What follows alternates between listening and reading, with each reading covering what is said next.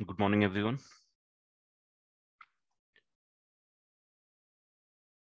So in the last class हम लोग mod कर रहे थे। मॉड हमने कंप्लीट किया था। क्लास रीओपन का डेट आ गई। 1 करेक्ट। 1 से ओपन हो जाएगा क्लास ऑफलाइन।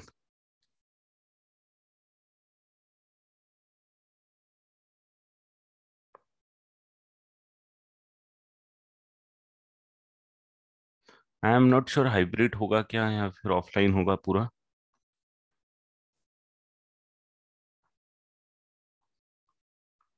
चलो मॉडुलस हम लोगों ने किया था। आज हम इनवर्स ट्रिग्नोमेट्री फंक्शन करेंगे। बट इनवर्स ट्रिग्नोमेट्री के पहले कुछ बेसिक चीज देखेंगे। ठीक है। मान लो एक फंक्शन है या एक सेट ए है।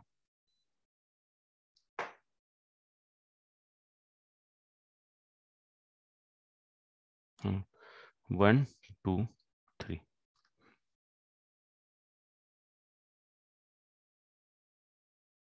और एक ये है 1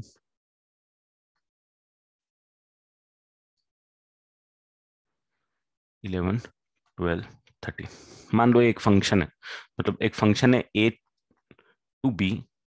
this is a function from here to here. This function F is from A to B. ठीक है, ये आपको फंडा पता है कैसे काम करता है। अब मान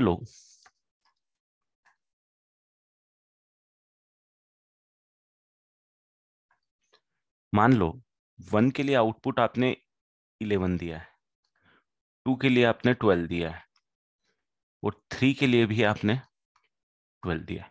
मतलब फंक्शन एफ जो है आपके पास वो कुछ इस टाइप से है। 1 ने आउटपुट 11 दिया है, 2 ने आउटपुट 12 दिया है, 3 ने आउटपुट 12 दिया। ये फंक्शन है, फंक्शन डिफाइन भी है। किसी को डाउट तो नहीं कि ये डिफाइन नहीं है? ये क्लियरली डिफाइन है, राइट? ये अब इसमें क्या है, अब अगर मैं इसके इनपुट और आउटपुट को एक्सचेंज कर देता हूं। ठीक है, क्या करता हूं, इनपुट और आउटपुट के एक्सचेंज कर देता हूं कि भाई एक फंक्शन बनाने की कोशिश करता हूं जिसमें इनपुट और आउटपुट को एक्सचेंज कर देता हूं, तो एक नया फंक्शन में जी बना रहा हूं। तो मैं 11 के लिए तो 1 लिख दूंगा, 12 के लिए भी 2 लिख दूंगा। तो 12 के लिए 2 लिखूंगा कि 12 के लिए 3 लिखूंगा? क्या function B to A possible है? जस्ट इसका ओपोजिट फंक्शन। ओपोजिट फंक्शन मतलब इनपुट और आउटपुट को मैंने एक्सचेंज किया। Is it possible? Is it possible? No, it is not possible. Why it is not possible? Because एक इनपुट के दो आउटपुट नहीं हो सकते। यहाँ पे 12 के 2 भी आउटपुट आ रहा है, 12 का 3 भी आउटपुट आ रहा है, तो ये पॉसिबल नहीं है। अब मान लो आपके पास ये एक फंक्शन है कि ए और ये बी है। 1 2 3 11 12 और 13। तो 1 का जो है वो 11 आ रहा है, 2 का जो है वो 12 आ रहा है, 3 का जो है वो 13 आ रहा है। और ये फंक्शन ए टू बी है।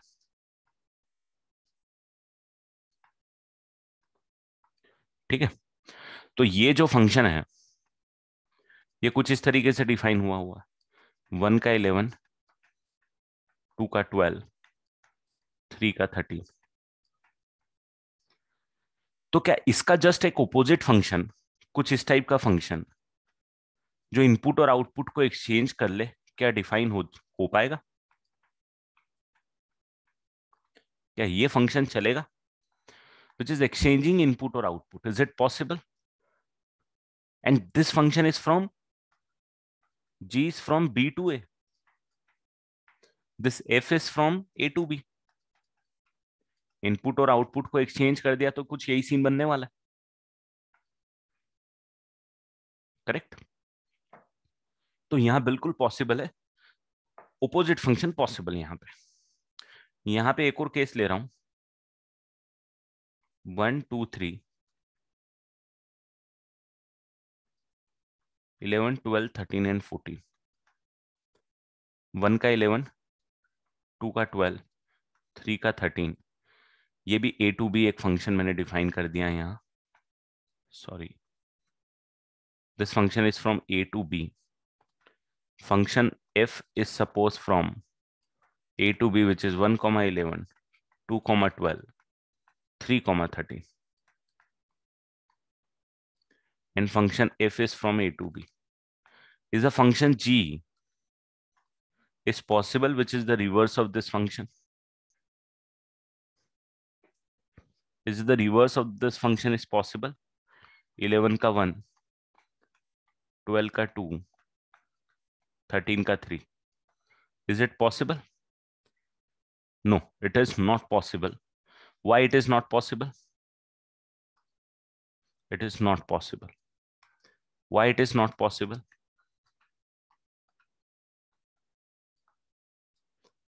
Because 14 का आउटपुट क्या आएगा? ये तो क्वेश्चन मार्क आ गया ना. 14 का आउटपुट क्या आएगा? अगर आप ये g को फंक्शन बना रहे हो फ्रॉम b टू a, तो भाई फंक्शन की डेफिनेशन क्या होती है कि सारे b के एलिमेंट को इंक्लूड करना जरूरी है. यहाँ पे 14 बच गया, तो this is not a function from b to a. This is not a function from b to a. So this situation which we were talking about is called the inverse of a function. इसको क्या बोलते हैं? Inverse of a function. Inverse possible. And this g is inverse of f.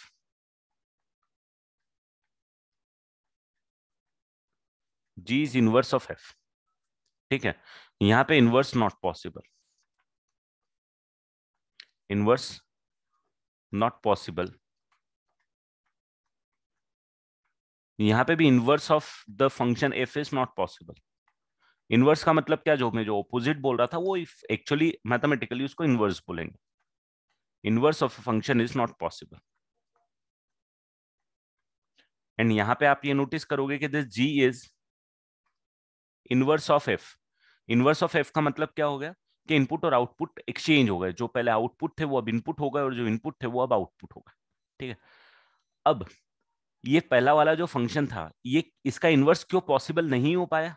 Inverse is not possible. The reason, because this is many one function. This is many one function. Why inverse of this last वाला function is not possible? क्योंकि एक 14 छूट गया था. तो 14 छूट गया था, तो इस टाइप को इस टाइप के फंक्शंस को क्या बोलते हैं जरा बताओ तो. ये मेनी वन तो मतलब समझ में आ गया कि एक इनपुट के लिए दो आउटपुट थे. सॉरी, दो इनपुट के लिए एक ही आउटपुट थे, तो मेनी वन फंक्शन था. इसीलिए all elements are not included. All elements are not included का रीजन क्या है? कि function F is into function. F into था. इनटू और ऑन टू फंक्शन पता है? ऑन टू का मतलब क्या हो गया?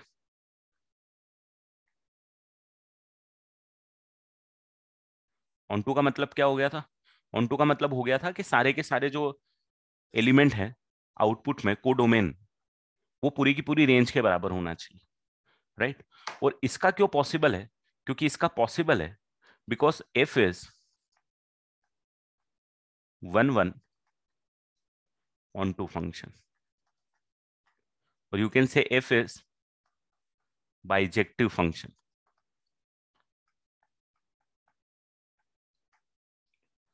So overall, the most important thing is the inverse of a function is only possible when function is a bijective function. ठीक है, तो this are the possibilities of inverse of a function. तो ये एक बेसिक, थोड़ी सी basic चीज बताना चाह रहा था मैं इनवर्स ऑफ अ फंक्शन की, विच इज दिस. और बाकी डिटेल में हम बाद में बात करेंगे. ये सबसे टॉपिक का आखिरी चैप्टर होगा probably.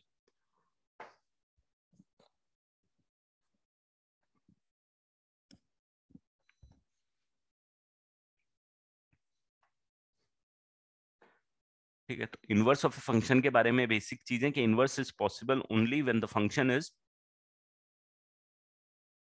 1 1 on 2. It means the bijective first वाला भी इनटू है, फर्स्ट वाला भी इनटू है, बट ओवरऑल मेरे बोलने का मतलब है फंक्शन इज मेनी वन। इसको मैं भले ये अलग हटा दूं, ये 13 भी नहीं लिखा तो भी फंक्शन इज नॉट डिफाइंड, ठीक है।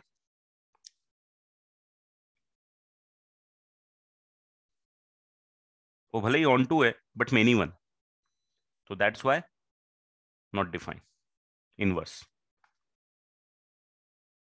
इनवर्स फंक्शन दे दो अभी हेडिंग, और इनवर्स ट्रिग्नोमेट्रिक फंक्शन दे दो हेडिंग, इनवर्स ट्रिग्नोमेट्रिक फंक्शन। ये बस इतना ही बात करूंगा इनवर्स के बारे में, उसके बाद में फिर इनवर्स ट्रिग्नोमेट्री के बारे में बात करने लग जाऊंगा।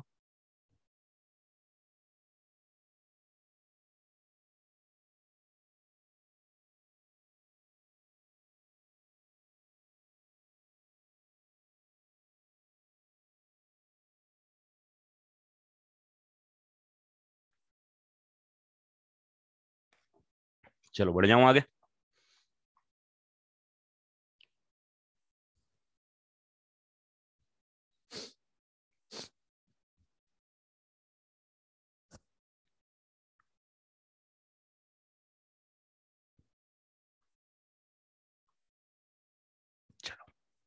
मेनली जो अब हम बात करेंगे आईटीएफ, इनवर्स ट्रिग्नोमेट्रिक फंक्शंस के बारे में।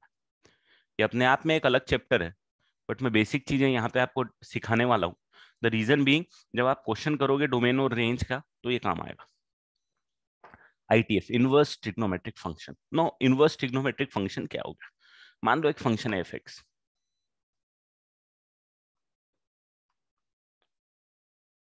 फंक्शन है sine x,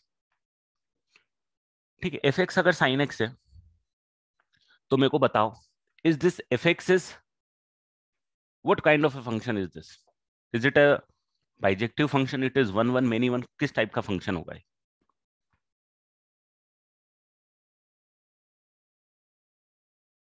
is this many one function? बिल्कुल, it's a many one function.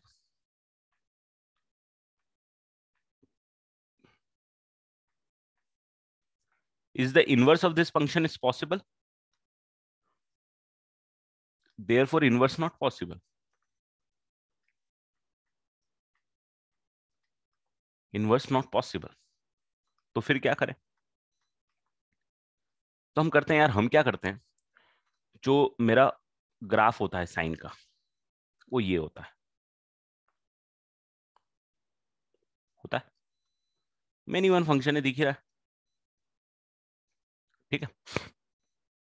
Many one function का रीजन भी आपको पता ही है, निकालना भी आपको आता है कि भाई ये लाइन खींची, ये आउटपुट के लिए infinite output corresponding to, sorry one output corresponding to many input, ये ठीक है। तो ये मेनी वन फंक्शन हो गया। बट अगर इसी फंक्शन को मैं, अगर इसी साइन एक्स को मैं, साइकिल मेरी चलानी है,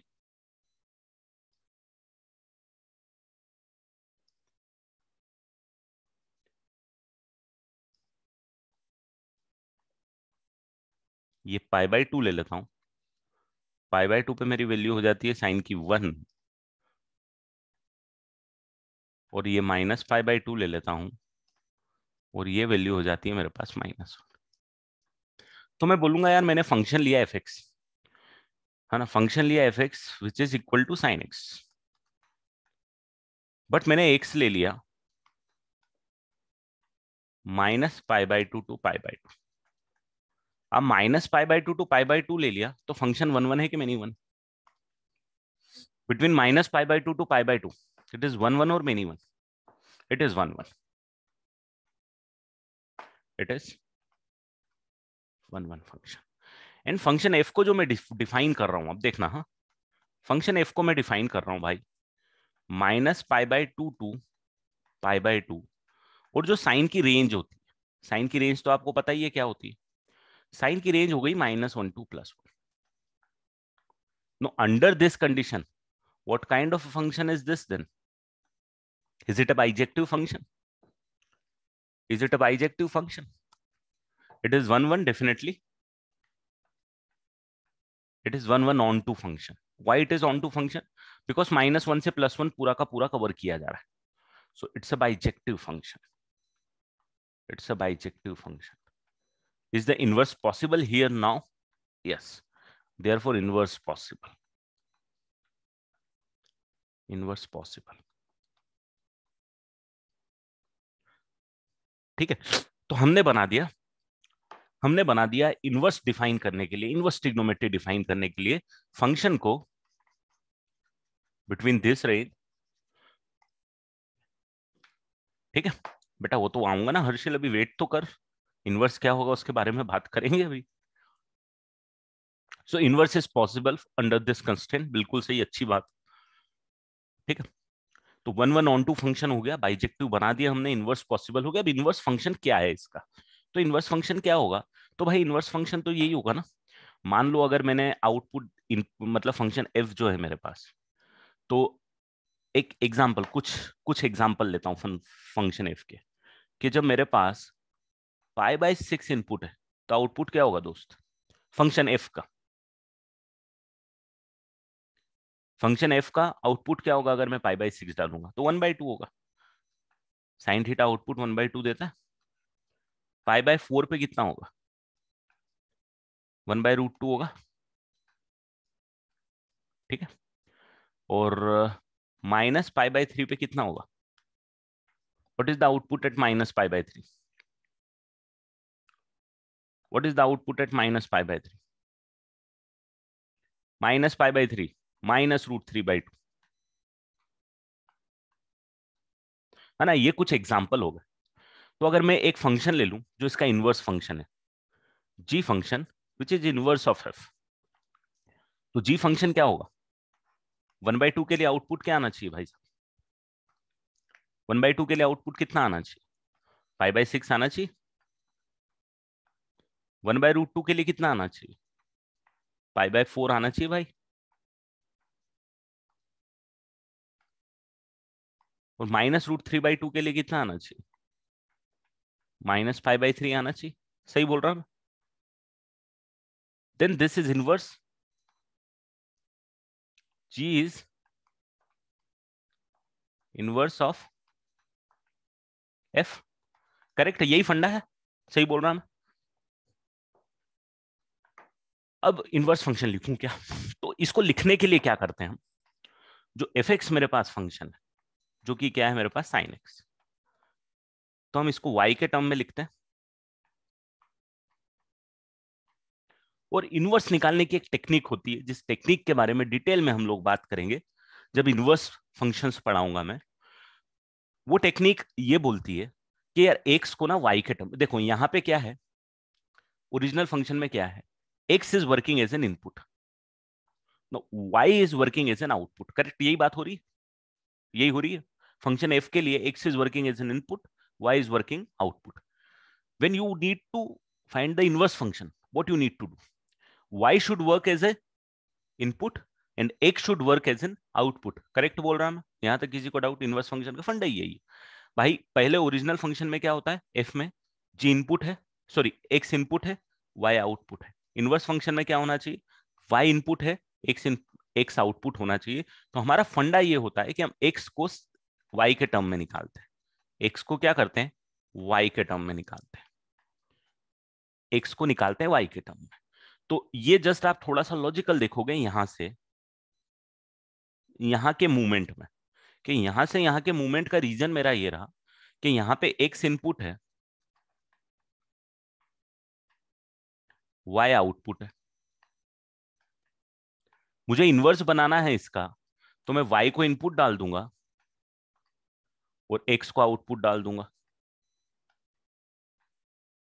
ठीक है, अब फाइनली तो मैं ये बोल दूंगा ना, अच्छा ये -1 जो मैंने लिखा हुआ है, ये पावर -1 नहीं है बेटा, ये इनवर्स फंक्शन साइन इनवर्स को डिनोट करने का एक तरीका है मैथमेटिकली, है ना। ये फर्स्ट बार ट्रांसफॉर्मेशन कर रहे हो आप यहां से यहां आने में, this first time you are doing, तो this is a very common practice in maths.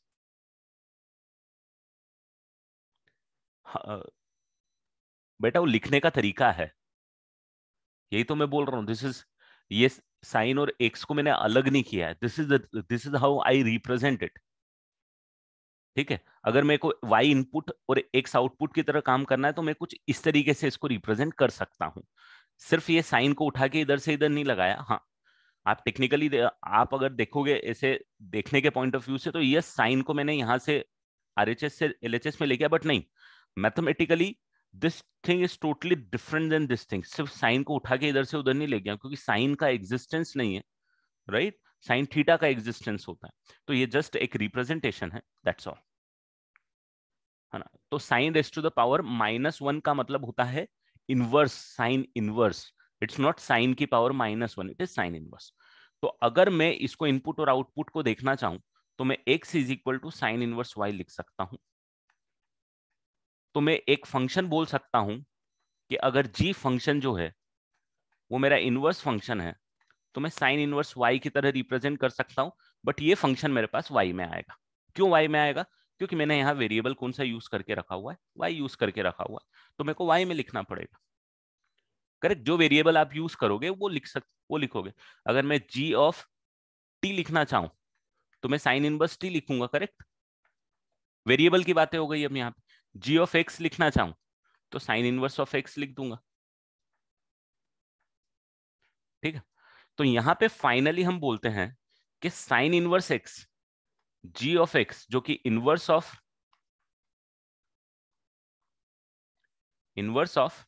f of x है, so g of x will be equal to what? Sine inverse of x। And how this sine inverse of x is working? तो g जो होगा वो define होगा -1 से लेके +1 से -π/2 to π/2,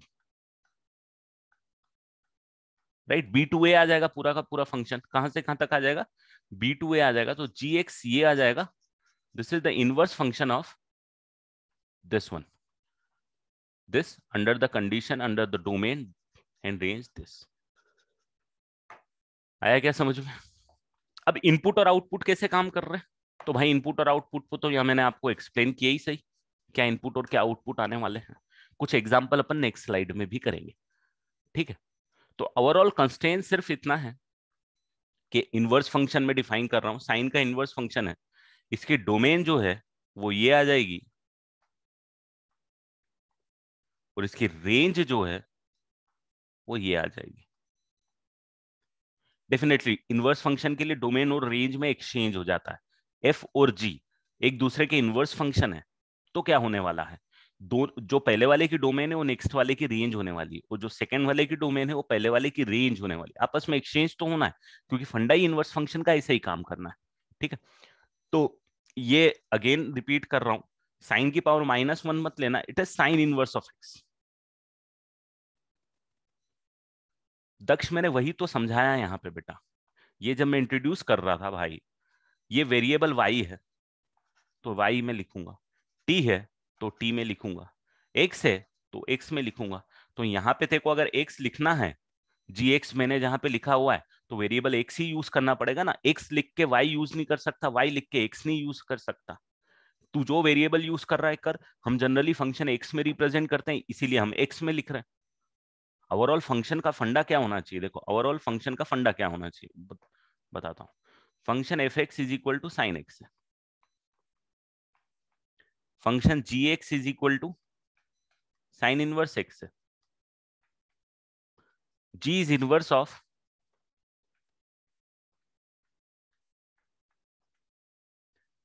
F है। और ये जो फंक्शन एफ है, it is define from -π/2 restricted domain में हम लोगों ने डिफाइन किया इसको बाइजेक्टिव बनाने के लिए, -π/2 टू π/2 से लेके -1 से +1। और ये क्या आ जाएगा? फंक्शन g इज फ्रॉम -1 से +1 -π/2 से π/2। ये होता है कि अगर फंक्शन ये है अंडर दिस कंडीशन तो उसका इनवर्स ये है, domain and.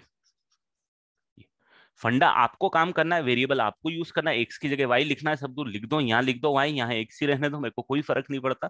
But definitely generally हम फंक्शन को एक्स में रिप्रेजेंट करते हैं, तो आपको इस तरीके से रिप्रेजेंट किया हुआ मिलता है, ठीक है।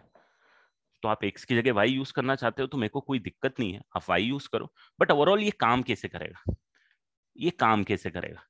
तो अगर मैंने पूछा कि यार मुझे ऐसा करो, साइन इनवर्स ऑफ 1/2 की वैल्यू निकाल के दो, साइन इनवर्स ऑफ -1/√2 की वैल्यू निकाल के दो, साइन इनवर्स ऑफ 1 की वैल्यू निकाल के दो, साइन इनवर्स ऑफ -1 की वैल्यू निकाल के दो। तो क्या आप मुझे निकाल के दे सकते हो?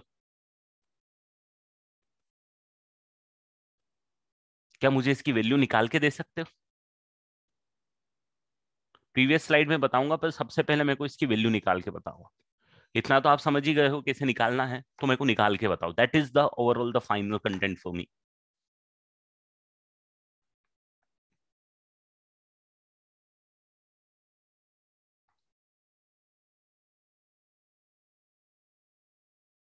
अब आपको इसको किस तरीके से देखना है?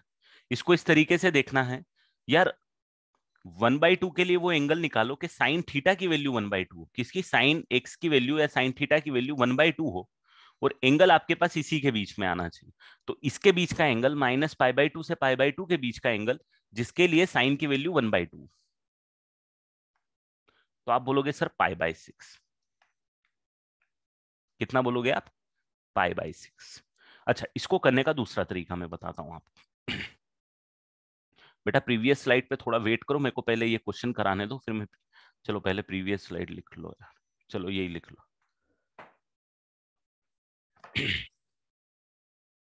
मैंने इसको डिटेल में समझाया है कि इनवर्स फंक्शन को इंट्रोड्यूस करने में मुझे दिक्कत आ रही थी ट्रिग्नोमेट्री में। क्या दिक्कत आ रही थी? बाइजेक्शन की दिक्कत आ रही थी। मैंने उसको बाइजेक्शन बनाया, और बाइजेक्शन के बाद में फिर उसको इनवर्स डिफाइन किया। वेरिएबल एक्स यूज किया, इसीलिए साइन इनवर्स एक्स यूज किया। वाई यूज करता, साइन इनवर्स वाई यूज कर देता, कोई फर्क नहीं पड़ता। वो भी मैं अभी नेक्स्ट स्लाइड में आपको एक्सप्लेन कर दूंगा एक बार और।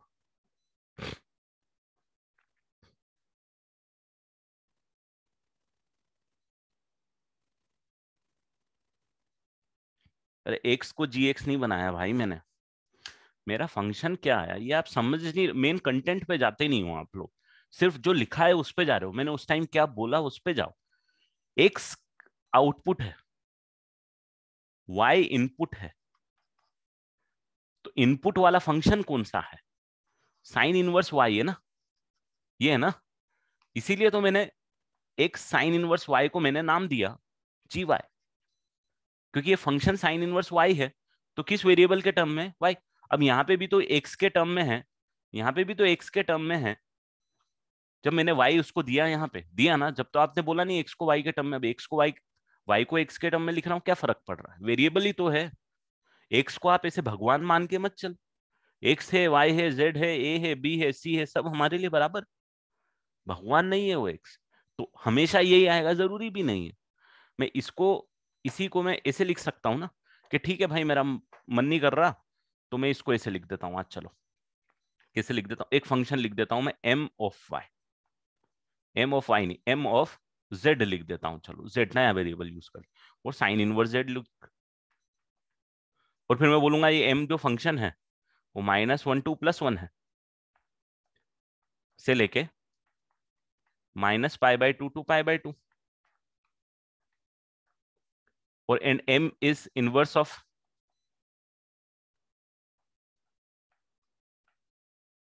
एफ।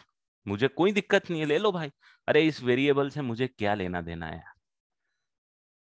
अब z की जगह मैं a डाल दूं, b डाल दूं, c डाल दूं, क्या फर्क पड़ने वाला है? मेन कंटेंट पे आप जाओ कि इनवर्स फंक्शन है। इनवर्स फंक्शन का फंक्शन क्या है? जो ओरिजिनल ट्रिग्नोमेट्रिक फंक्शन है उसके इनपुट और आउटपुट एक्सचेंज हुए। π/6 इनपुट रहता था तो भाई साहब 1/2 आउटपुट होता था। अब 1/2 इनपुट है तो π/6 आउटपुट है। ये डिफरेंस है मेन, ये कंटेंट है, ये इनवर्स फंक्शन है। वेरिएबल में घुसोगे तो फिर लॉजिक में नहीं घुस रहा आप, तो वो लिखी हुई चीजों में घुस रहे हो, तो उसमें कंफ्यूज मत हो। ठीक है, आपको जो वेरिएबल यूज करना है वो यूज कर लो। अच्छा, इसको सॉल्व करने के लिए हम क्या करते हैं, है ना, मैं बोलता हूं इसको सॉल्व करने के लिए कि मेरे को थीटा की वैल्यू चाहिए। डेफिनेटली आउटपुट एक एंगल आता है, आउटपुट एक एंगल आता है, इनवर्स फंक्शन का आउटपुट एक एंगल आता है। कि साइन इनवर्स 1/2 की वैल्यू मुझे थीटा आएगी, तो साइन थीटा की वैल्यू मुझे 1/2 आनी चाहिए, है ना। अगेन में आप देखोगे कि साइन इनवर्स को यहां से अलग हटा के यहाँ क्या, लॉजिक ये नहीं है कि साइन की पावर -1 को इधर से इधर लेके आया, ठीक है। बट ओवरऑल क्या है कि साइन थीटा की 1/2 वैल्यू होनी चाहिए विद द कंस्ट्रेंट के ये जो थीटा है कहां से कहां तक लाई करना चाहिए, -π/2 टू π/2 लाई करना, -π/2 टू π/2। इस तरीके से आप सॉल्व कर सकते हैं। अब जैसे इसको अगर आपको मान लो सॉल्व करने में डिफिकल्टी है तो आप बोलोगे सर इसका आउटपुट एक एंगल थीटा होगा। ठीक है, किसका आउटपुट, ये साइन इनवर्स -1/√2 का एक आउटपुट एंगल थीटा होगा, सच दैट साइन थीटा जो है ना सर वो -1/√2 के बराबर होना चाहिए। ठीक है, अगर थीटा थीटा आउटपुट आएगा किसका आएगा, साइन इनवर्स -1/√2 का आएगा, तो साइन थीटा की वैल्यू कितनी होनी चाहिए, therefore sine theta must be equal to -1/√2, ये होना चाहिए। और थीटा में कंस्ट्रेंट क्या है, थीटा में कंस्ट्रेंट है भाई इनवर्स में निकाल रहा था, इसीलिए -π/2 टू π/2 ही होना चाहिए। मतलब इसकी जो आउटपुट है वो -π/2 से π/2 ही होना चाहिए, हमको पता ही है। तो इसीलिए कौन सा ऐसा एंगल है -π/2 से π/2 के बीच में जो -1/√2 आउटपुट दे देगा, ये निकालना आपके लिए इस तरीके से सोचना बहुत आसान होता है। तो ये एक तरीका हो गया। बाकी आपको क्या है, आप थोड़ा सा उल्टा उस तरीके से सोचोगे कि वन कब देता है आउटपुट -π/2 से π/2 के बीच में साइन π/2 पे देता है, डायरेक्ट लिखो कोई दिक्कत नहीं मुझे, -π/2। बट ये निकालना अब आपको आना चाहिए। This is what the inverse function is and this is what the inverse trigonometry में sine inverse is. Clear?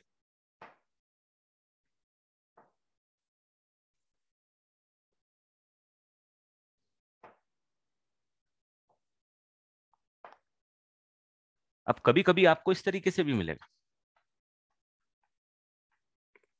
Sign theta equal to 1/10, तो थीटा की वैल्यू लिख पाओगे क्या आप, कितनी आएगी,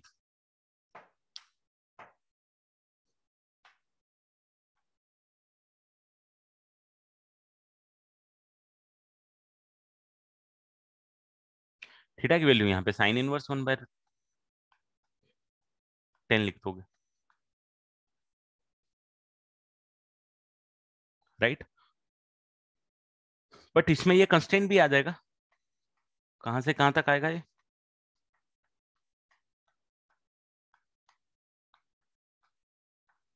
-π/2 टू π/2 के बीच में ही आएगा। ठीक है, अब आप नोट करो, आपको जो नोट करना है और जो डाउट है वो अब पूछ लो। इतना मैं बताना चाह रहा था क्योंकि आप बीच में डाउट पूछोगे ना तो मैंने सारी चीजें बताई नहीं है तो आप कंफ्यूज हो जाओगे और फ्लो बिगड़ जाएगा। अब आपको जितना टाइम लेना है लिख लो और जिस जो पूछना है पूछ लो। प्रीवियस स्लाइड भी मैं एक बार कर दूंगा, उसको नोट डाउन कर लेना और इसको भी नोट डाउन कर लेना और जो डाउट है वो पूछ लो।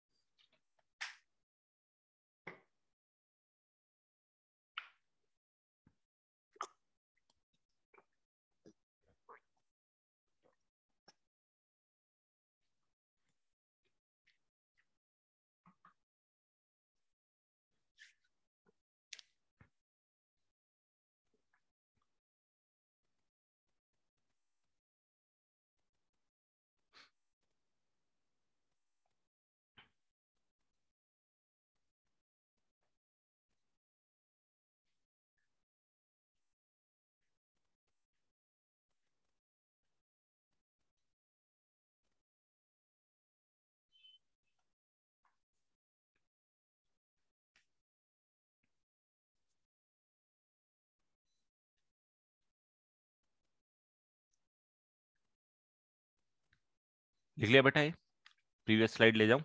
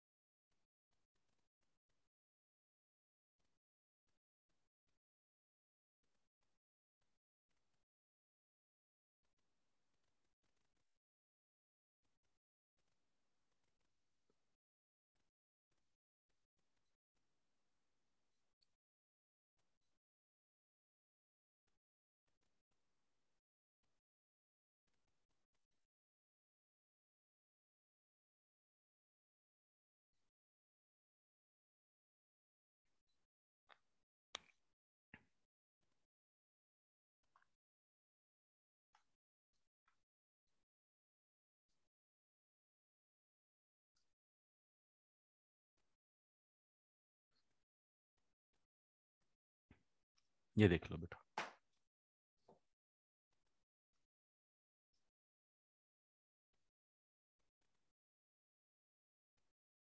तो क्या यहाँ तो मैंने बहुत बेसिक चीज सिखाई थी। बाइजेक्शन बनाया अपन ने फंक्शन से रिलेटेड, कि भाई वन वन बनाना है, ऑन टू बनाना है, मतलब बाइजेक्टिव बनाना है, सो दैट इनवर्स पॉसिबल हो पाए।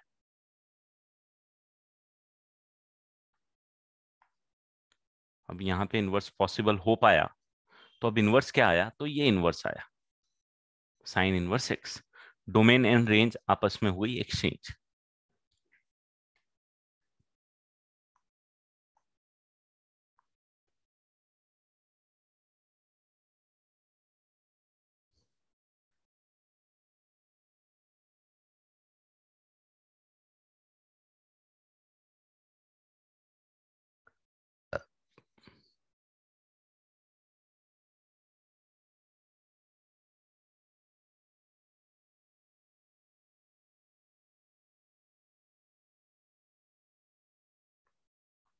लिख लिया बेटा ये भी।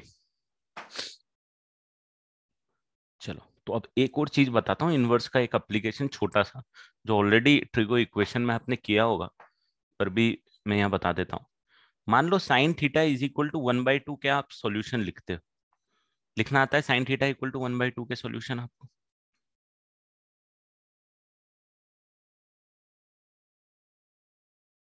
आप क्या लिखते थे?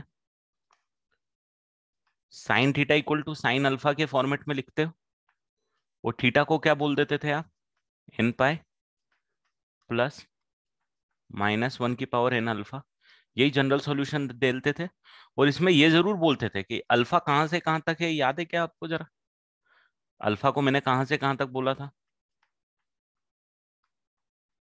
क्यों बोला था, अब शायद थोड़ा ज्यादा आप कनेक्ट कर पाओ, कि -π/2 से π/2 के बीच में। ठीक है, कभी भी आप सॉल्यूशन लिख रहे हो तो आप कुछ इस तरीके से लिखोगे। तो जैसे इसका सॉल्यूशन अब आप लिखो, तो आप लिखोगे sine theta is equal to sine of π/6। Right, principal angle, correct सिद्धांत, प्रिंसिपल एंगल नाम दिया था उसको। Sine theta equal to sine π/6, and therefore यहाँ पे थीटा आप जो बोल रहे थे वो एन पाई प्लस -1 की पावर एन π/6 बोल रहे थे। क्यों बोल रहे थे? क्योंकि एन की कुछ भी वैल्यू आप पुट करोगे, इंटीजर वैल्यूज, डेफिनेटली आप एक ऐसे एंगल पे निकलने वाले हो जो एंगल हमेशा आपको 1/2 आउटपुट देगा, मतलब ये आउटपुट देगा। कुछ इस तरीके से आप इसको सॉल्व करते थे। इसी को अगर अब मैं sine theta is equal to 1/2 के लिए, 1/10 के लिए मैं सॉल्व करना चाह रहा हूँ, कि 1/10 के जनरल सॉल्यूशन निकालो।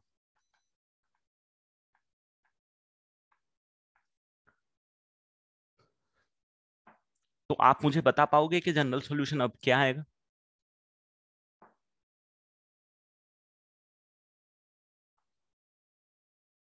सेम इसी फंडे से, कि एक ऐसा एंगल चाहिए आपको यहाँ पे, ये भाई एक ऐसा एंगल चाहिए जो -π/2 से π/2 के बीच में हो, और जिसके लिए साइन की वैल्यू 1/2 के बराबर हो, या जिसके लिए साइन की वैल्यू इस केस में 1/10 के बराबर हो। तो आपका फंडा सिंपल आएगा, कि यहाँ पे sir theta is equal to N pi plus -1 की पावर एन अल्फा आएगा, सच दैट साइन अल्फा की वैल्यू 1/10 हो जाए, और अल्फा जो है वो -π/2 से π/2 के बीच में लाई करे। तो क्या होगा भाई अल्फा? तो आप बोलोगे देयर फोर अल्फा तो साइन इनवर्स 1/10 हो जाएगा सर। तो आपका जनरल सॉल्यूशन क्या आ जाएगा? Theta is equal to N pi plus -1 की power N sine inverse of 1/10। तो यहाँ एंगल आपके पास नोन नहीं था, यहाँ पे एंगल आपको नोन था, π/6 था, नोन एंगल है क्योंकि 1/2 वैल्यू थी। यहाँ पे 1/10 वैल्यू है, नोन नहीं है, तो इस इनवर्स के फंडे में आएगा। सिमिलरली अगर मैंने आपको ये क्लियर है, किया तो आपने पहले भी था, एक बार मैं जस्ट रिकॉल करा रहा हूं ताकि आपको एक एप्लीकेशन भी इसका समझ में आए। अब मान लो अगर मैंने बोला कि sine theta is equal to -3/7, इसका जनरल सॉल्यूशन लिखना है, तो मेरे को थीटा की वैल्यू लिख के दे सकते हो आप? कितनी आएगी?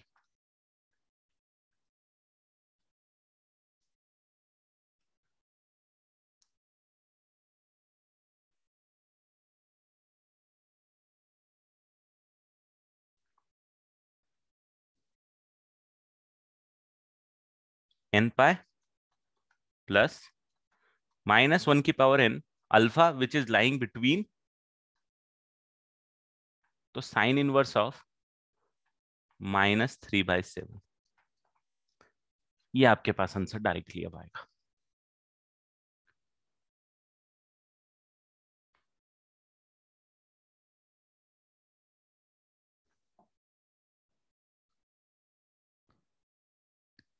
हाँ, एक बार शो कर दूंगा बेटा। अब एक क्वेश्चन और मैं दे देता हूँ इसी पे। वैसे तो क्वेश्चन अभी है नहीं फंक्शन का, बट अब ठीक है, ये मैं करवा रहा हूँ तो मेरे को याद आया। Sine theta equal to 1/10 sum of roots between 0 to pi, sum of roots between 0 to pi कितना आएगा, या रूट्स क्या आएंगे? तो find root and find sum of root, ये दोनों लिख लो। तो इसको थोड़े क्वेश्चन को चेंज कर देता हूं मैं।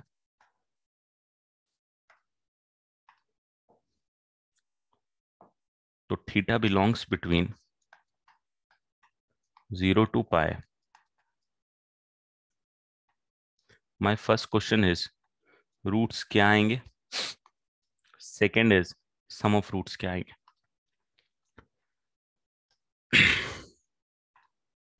तो कंस्टेंट डाल दिया, 0 to पाई के बीच में निकाल। अब जरा मेरे को बताओ तो कितने रूट्स आएंगे यार?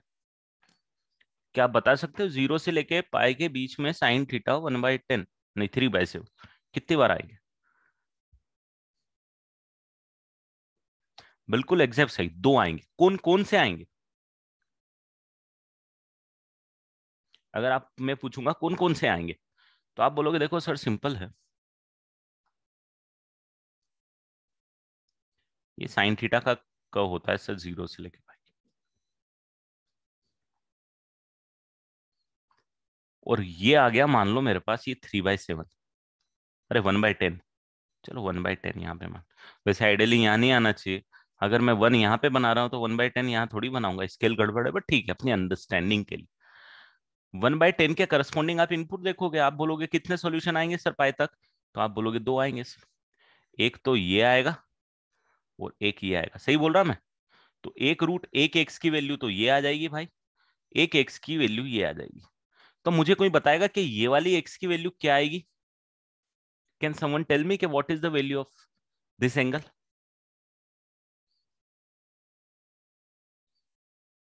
फेमस एंगल नहीं है, बट आप एंगल जरूर लिख सकते हो। फेमस एंगल नहीं है, बट अब आप इनवर्स, अब आप सीख गए हो, आप बोलोगे सर इसको चुपचाप साइन इनवर्स 1/10 लिख दो सर। क्यों लिख दो? क्योंकि सर हमने ये पढ़ा है कि साइन थीटा इक्वल टू 1/10 है, तो इसका इनवर्स जो होगा वो साइन इनवर्स 1/10 होगा, और वो एंगल -π/2 से π/2 के बीच में लाई करना चाहिए सर। और बिल्कुल ये π/2 से छोटा है, ये एंगल जो है भाई साहब वो है π/2, तो π/2 से छोटा ही आएगा इनवर्स में। अब जरा मुझे एक कोई दिमाग लगा के बताओ कि ये एंगल क्या होगा? कैन समवन टेल मी कि ये एंगल क्या होगा? वेरी गुड प्रकृत, बिल्कुल सही, ये होगा पाई माइनस साइन इनवर्स 1/10 भाई। बेसिक अंडरस्टैंडिंग, इनवर्स तो वैलिड ही है, -π/2 टू π/2, तो इसीलिए तो ये वाला एंगल मैं पाई माइनस लिख रहा हूं, क्योंकि जितना यहां पे ये एंगल आने वाला है उतना ही यहां पे ये आने वाला है, करेक्ट? तो पाई में से उतना ही एंगल माइनस कर दिया मैंने। तो डेफिनेटली अगर मैं इसकी बात करूं, किसकी बात करूं, अगर मैं इसकी बात करूं, तो ये एंगल कहां से कहां के बीच में आएगा? -π/2 से π/2 के बीच में आएगा। बट ये पूरा एंगल तो आ सकता है ना π/2 से पाई के बीच में भाई, बिल्कुल आएगा। तो दो रूट अगर आपको निकालने हैं, तो दो रूट आप निकालो, sign inverse of 1/10 and pi minus of sine inverse of 1/10, ये दो रूट आ जाएंगे, और सम ऑफ रूट्स कितना आ जाएगा? अरे भाई मेरे दक्ष, ये वैल्यू लाई करेगी ना -π/2 to π/2, ये वैल्यू थोड़ी लाई करेगी -π/2 to π/2 भाई। इसमें दो पार्ट है, ये वाली वैल्यू लाई करेगी साइन इनवर्स वाली, बट इसके साइड कंबाइंड होके तो सेकंड क्वाड्रेंट में आ जाएगा। आ रहा है समझ में? भाई का फर्क है ना भाई। चल तेरे को नहीं समझ में आ रहा तो यहाँ पे भी देख, अगर साइन इनवर्स 1/10 मैं बोल रहा हूं -π/2 to π/2 के बीच में आ रहा है, एंड इनफैक्ट ये भी नहीं आ रहा है, वो तो 0 से लेके पाई के बीच में ही आ रहा है ना, तो ले 0 से लेके π/2 के बीच में उसका माइनस करेगा तो कहां से कहां तक आएगा, -π/2 से 0 के बीच में आएगा, और भाई इसमें पाई को ऐड कर देगा तो पाई माइनस साइन इनवर्स 1/10 कहां से कहां तक आएगा, इसमें पाई ऐड करेगा तो ये π/2 हो जाएगा, और इसमें पाई ऐड करेगा तो पाई आएगा ना π/2 से पाई के बीच में भाई। तो ये पूरा एंगल तो π/2 से पाई के बीच में ही आ रहा है, साइन इनवर्स तो मेरे पास -1/2 से पाई, -π/2 टू π/2 ही आ रहा है। इनवर्स इसीलिए तो ये डायरेक्ट इनवर्स कहाँ है, ये तो पाई का फैक्टर यहाँ पे मैंने डाल ही दिया है ना, पाई माइनस समथिंग इनवर्स लिखा है। ठीक है, अब सम ऑफ रूट्स कितना आएगा, सम ऑफ रूट्स यहाँ पे पाई आएगा, इन दोनों एंगल का समेशन पाई आएगा। तो this is what is the application of inverse, ये मैंने एक एग्जांपल बताया है, और अभी तक मैं साइन ही बता रहा हूं, जैसे cos 10 cot cosec sec सब आएंगे।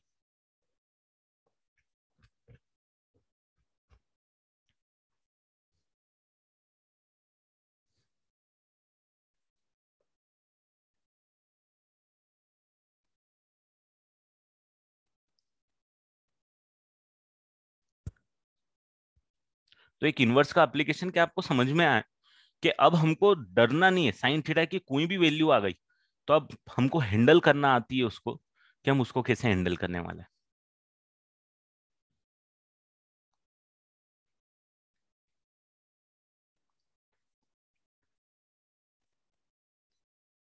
चलो लिख लिया सबने बेटा?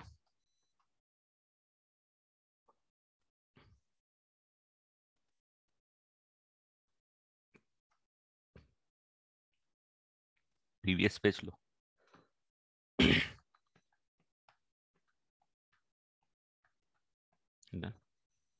चलो वेरी गुड। अब मैं इंट्रोड्यूस करता हूं आपको सारे इनवर्स फंक्शन। तो जब मैं साइन इनवर्स एक्स की बातें कर रहा था, इनवर्स ऑफ साइन, हाँ बेटा, ऑनटू और इनटू शॉर्ट में क्या, ऑनटू और इनटू तो मैंने बहुत डिटेल में एक्सप्लेन किया ना अपन ने। ऑनटू इनपुट, ऑनटू इनटू तो मैंने स्टार्टिंग में कहाँ पे काम किया है, कहाँ गया है? ऑनटू इनटू तो मैंने शुरू में काफी डिटेल में, अभी तूने लेट ज्वाइन किया है क्या है बैच? ये 1 1 ऑनटू इनटू तो बहुत एक्सप्लेन अपन ने डिटेल में किया, और बहुत बातें करी इसके बारे में, ग्राफ व्राफ से भी सीखा, सारी चीजें सीखी।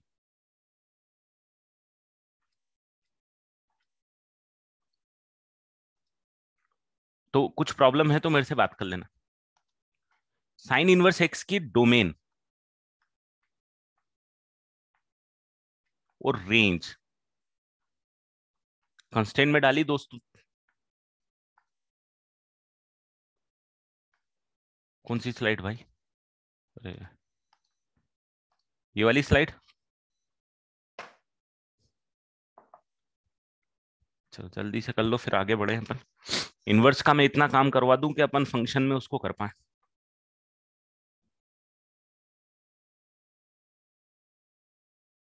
जस्ट कौन सा फॉर्मूला, या मैंने कोई एक्सप्लेन, ये वाला, ये कहां से आ गया ये? अरे यार ये तो अपना पूरी दुनिया अलग है, ये तो याद रख ले अभी के लिए, अगर इतना वो नहीं है तो। इसके sine theta equal to sine alpha जब भी लिखा हुआ है तो theta equal to N pi plus minus 1 की पावर एन अल्फा होना चाहिए। क्यों होना चाहिए, ये थोड़ा सा टाइम लगेगा, आधा घंटा लगता है बताने में। जब ट्रिगो इक्वेशन किया था तो मैंने डायरेक्टली फॉर्मूला यूज किया इस चीज का बेटा। ठीक है, अब देखो यहाँ पे अपने मेन कंटेंट पे आते हैं। डोमेन और रेंज आप बता दोगे, इसकी डोमेन आ जाएगी -1 to +1। जो साइन थीटा की रेंज होती है वो यहाँ पे साइन इनवर्स एक्स की डोमेन आ चुकी है, करेक्ट, कोई डाउट नहीं। रेंज आप लोगों ने खुद ने डिफाइन कर दी कि भाई वो साइन को जब बाइजेक्टिव बनाना था तो मैंने ये कंस्ट्रेंट में डाल दिया था, करेक्ट। ये हो गया आपको पूरा का पूरा क्लियर।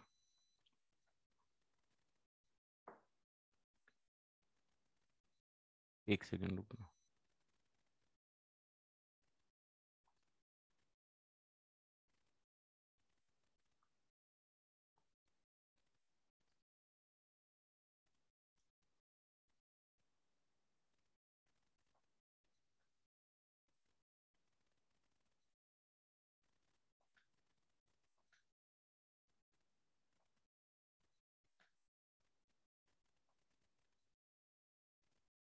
एक सेकंड देना।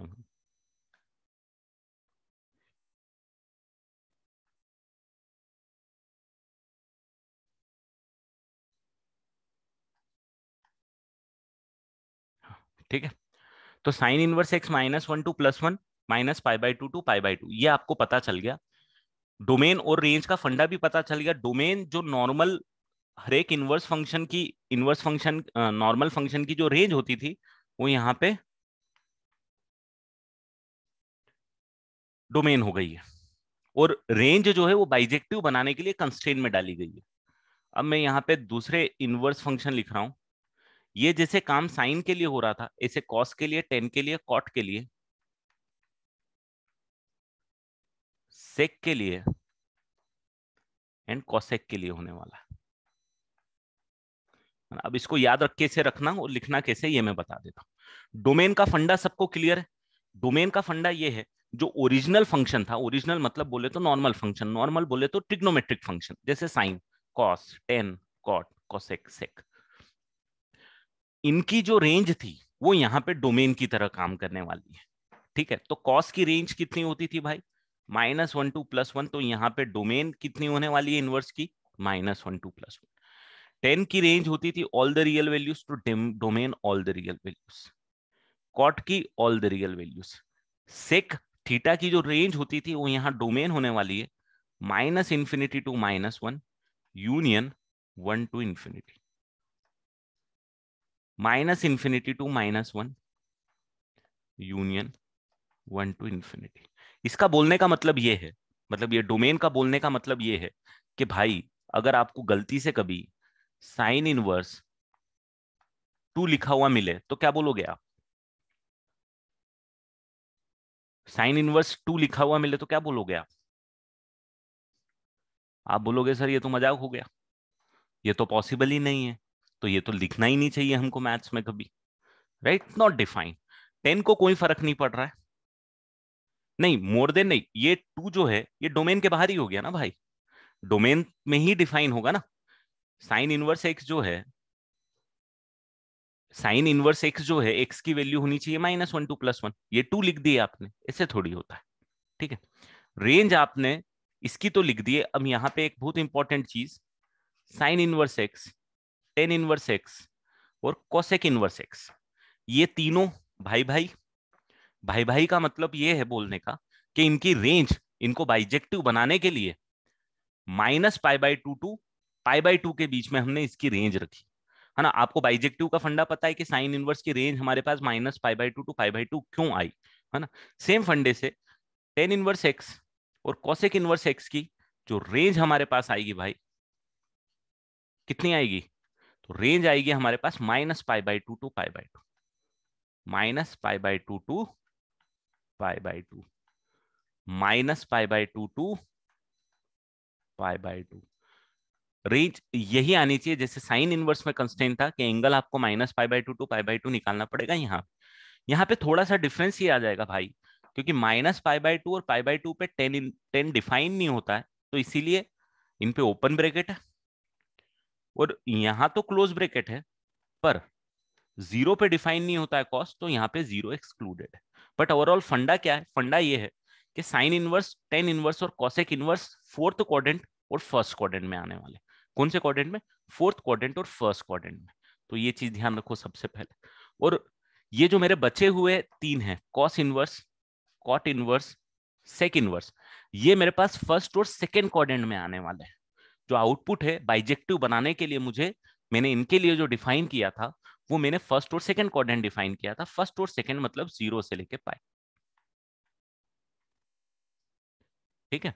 कॉट इनवर्स के लिए भी 0 से लेके पाई, सेक इनवर्स के लिए भी 0 से लेके पाई, बट जहां पे डिफाइन नहीं है वहां पे हमने इनको एक्सक्लूड कर दिया है। तो फंडा ये कि 3 डिफाइन होंगे फोर्थ और फर्स्ट क्वाड्रेंट के लिए, और 3 डिफाइन होंगे फर्स्ट एंड सेकंड क्वाड्रेंट के लिए।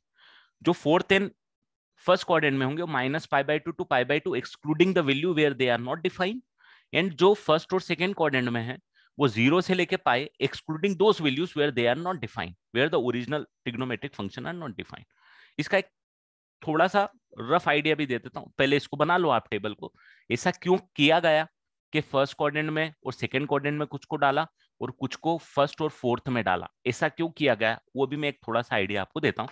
बट अभी जो मैंने लिखा उससे याद आपको इस तरीके से लिखना है, याद इस तरीके से रखना है।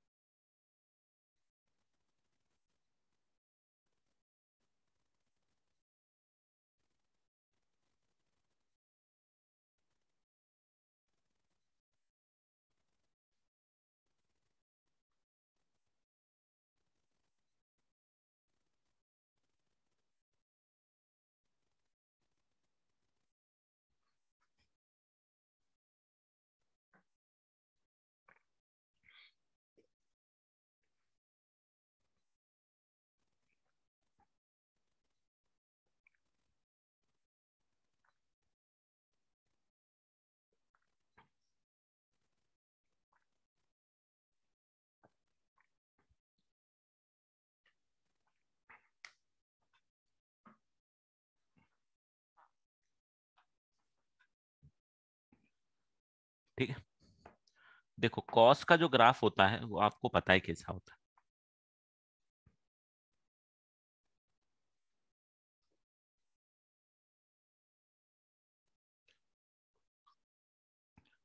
अब आप बताओ क्या मैं इसको फर्स्ट और सेकंड क्वाड्रेंट में बना देता, -1 से +1 के लिए? क्या सॉरी, फर्स्ट और सेकंड नहीं, फर्स्ट एंड फोर्थ में बना पाता? क्या मैं यहां से लेके यहां के बीच में सारी आउटपुट मतलब -1 टू +1 कवर कर पाता? नहीं कर पाता ना। बट यहाँ पे ये जो पाई है यहां तक, यहां से लेके यहां तक के बीच में क्या मैं पूरा -1 से +1 कवर कर पाया? Yes. That's why first and second quadrant. यहाँ पे अगर मैं डालता इसमें तो मैं नहीं कर पाता, क्योंकि 0 से लेके 1 तक ही आउटपुट आ रहा था। बट साइन के केस में -1 टू +1 हो जाता है, इसीलिए हमने किया। ठीक है। तो वो फंडा क्या है, बाइजेक्टिव बनाने के लिए वाला फंडा।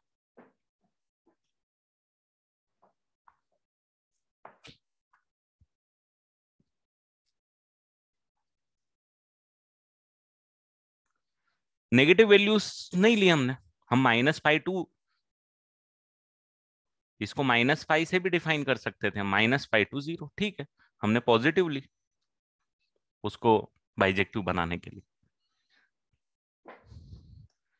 नेगेटिव और पॉजिटिव जब भी आती है तो हम पॉजिटिव को थोड़ी जनरली ज्यादा उसको इज्जत दे देते हैं comparison to negative values.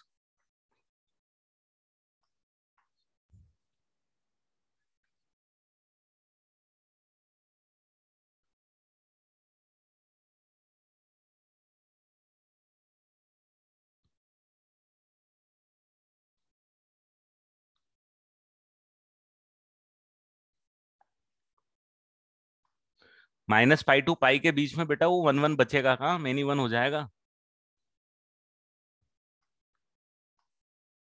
Range आपके पास ये आनी चाहिए, 0 to π।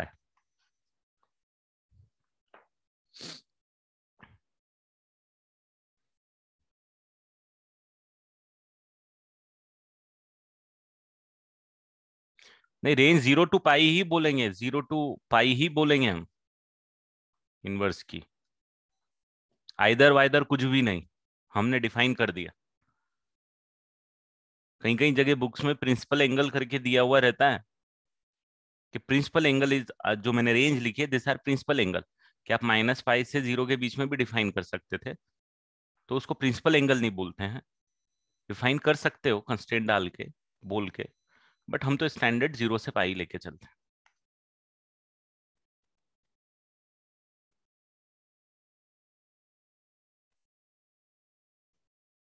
ठीक है, बढ़ जाऊं आगे। अब जो क्वेश्चन आप पे आएंगे, फाइंड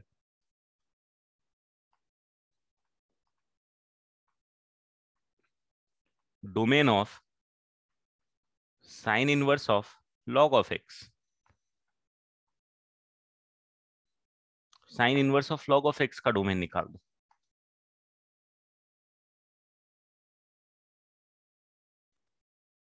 हाँ, साइन इनवर्स टेन इनवर्स के लिए भी यही कॉन्सेप्ट से बनाए गए हैं वो जो रीजन है। डिटेल में बात करूंगा उनके जब इनवर्स ट्रिग्नोमेट्री पढ़ाऊंगा, तो मैं तो नहीं पढ़ाऊंगा, डेफिनेटली ऑफलाइन होगा तो जो भी पढ़ाएगा आपको। पर जब आईटीएफ होगा, इनवर्स ट्रिग्नोमेट्रिक फंक्शन, जब आपको इनवर्स फंक्शन के ग्राफ भी बताए जाएंगे, और there are many property associated with inverse function. तो वो एक पूरा चैप्टर है इनवर्स ट्रिग्नोमेट्रिक फंक्शन, जिसका बेसिक मैंने इंट्रोड्यूस किया है, क्योंकि फंक्शन में आपको आइडिया होना चाहिए इनवर्स ट्रिग्नोमेट्री का, कि वन वन में वन वन ऑन टू बनाया, उसके बाद डोमेन और रेंज कैसे डिफाइन करी, अभी ग्राफ बाकी है, बहुत सारी प्रॉपर्टीज बाकी हैं, बहुत सारे फॉर्मूलेज बाकी हैं,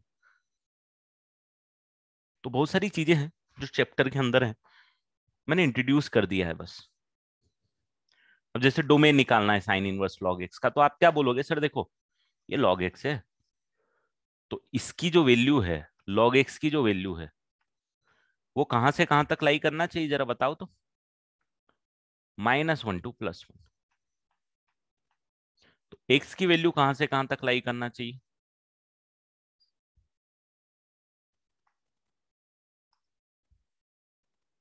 तो अब आपको log x का फंडा यूज आ गया कि log x का जो ग्राफ होता है वो सर ऐसा होता है।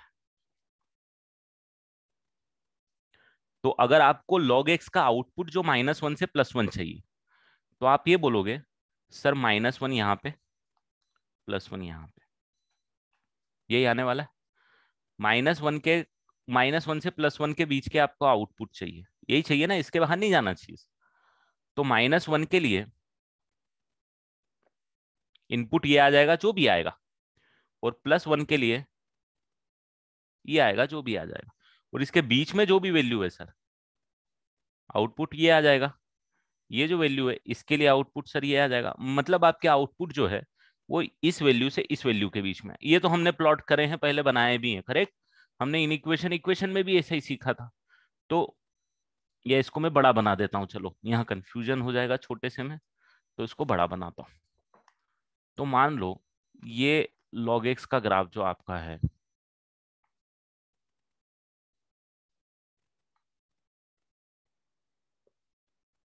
ये log x का ग्राफ होता है, राइट। अब आपको चाहिए -1, मैं -1 ये ले लेता हूँ, +1 ये ले लेता हूँ। आपको आउटपुट किसके चाहिए, ये सारे आउटपुट चाहिए आपको, कि log x की वैल्यू ये होनी चाहिए, ये log x हो गया, ठीक है भाई। तो इसके करस्पॉन्डिंग x की वैल्यू कितनी होनी चाहिए, तो मैं बोलूंगा ये आया, इसके लिए एक ये वैल्यू होनी चाहिए, एक्सट्रीम वैल्यू मैक्सिमम वैल्यू ये आ रहा है, इसके लिए वैल्यू ये होनी चाहिए, और इसके बीच में जो भी आउटपुट है, ये आउटपुट है, ये आउटपुट है, ये आउटपुट है, ये आउटपुट है, इनके करस्पॉन्डिंग जो भी एक्स की वैल्यू आएगी वो लेनी चाहिए। तो यहां से ये बनाया, ये आउटपुट आ गया, इस आउटपुट के करस्पॉन्डिंग ये वाला इनपुट आ गया, इस आउटपुट के करस्पॉन्डिंग ये वाला इनपुट आया होगा, इस आउटपुट के करस्पॉन्डिंग ये वाला इनपुट आया होगा, इसके करस्पॉन्डिंग ये। तो आप थोड़ा ऑब्जर्व करोगे आपको पता चल जाएगा, इस पॉइंट से लेके इस पॉइंट तक के बीच के ये सारे आउटपुट आपको चलेंगे, ये सारे इनपुट चलेंगे। आउटपुट तो आपको -1 से +1 चाहिए था, इनपुट आपको ये मिल जाएगा। अब ये वैल्यू क्या आएगी, तो भाई इसके लिए क्या आएगी, तो इसके लिए आप बोलोगे देखो x की वैल्यू क्या आएगी निकालने के लिए, log x की वैल्यू कितनी आ गई है, log x की वैल्यू कितनी आ गई है, +1 आ गई है। तो x की वैल्यू कितनी आएगी, e⁻1 आएगी ना। तो ये क्या हो जाएगा भाई साहब, अरे ये क्या हो जाएगा, ये e हो जाएगा, नहीं हो जाएगा, सिमिलरली इस पॉइंट के लिए log x is equal to कितना होना चाहिए, -1। x इक्वल टू, वैसे तो ये सारी चीजें हम डिटेल में पहले बात कर चुके हैं, but I do not want कि आप उसके कारण लूज करो। यहाँ से बेस में नहीं लिख रहा हूं तो ई लिख रहा हूं बेटा, कैलकुलस में, कैलकुलस में बेस नहीं लिख रहा हूं तो ई लिख रहा हूं, ई की power -1 which is equal to 1/e। तो ये वाली वैल्यू क्या आएगी, 1/e। तो x कहां से कहां तक आ जाएगा, 1/e to e, that is your domain. आया समझ में कि डोमेन अब x की वैल्यू कहां से कहां। बेटा बेस गिवन होती है आपको, डोंट वरी अबाउट इट।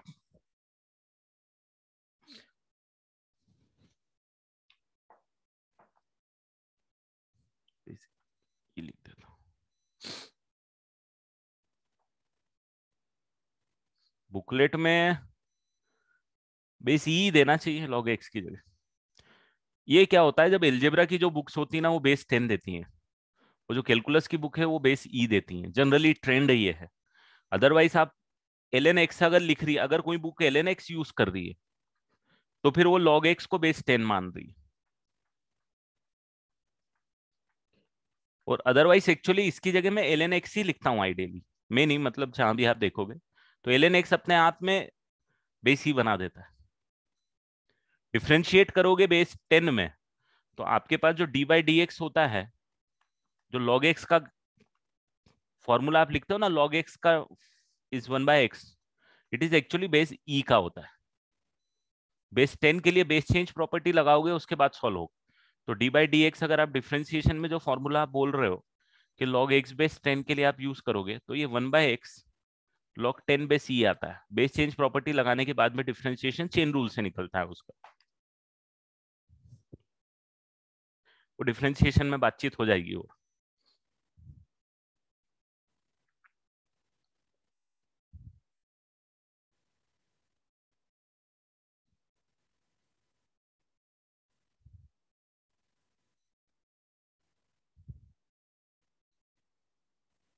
अरे ये क्वेश्चन में क्लियरिटी रहेगी बेटा, इसमें इतना क्यों दिमाग लगा रहा है, उसमें दिमाग मत लगा, दिमाग इसमें लगा, इसके सॉल्यूशन लगाने में।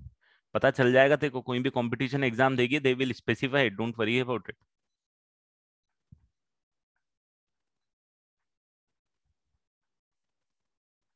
ठीक है, बढ़ जाऊं आगे।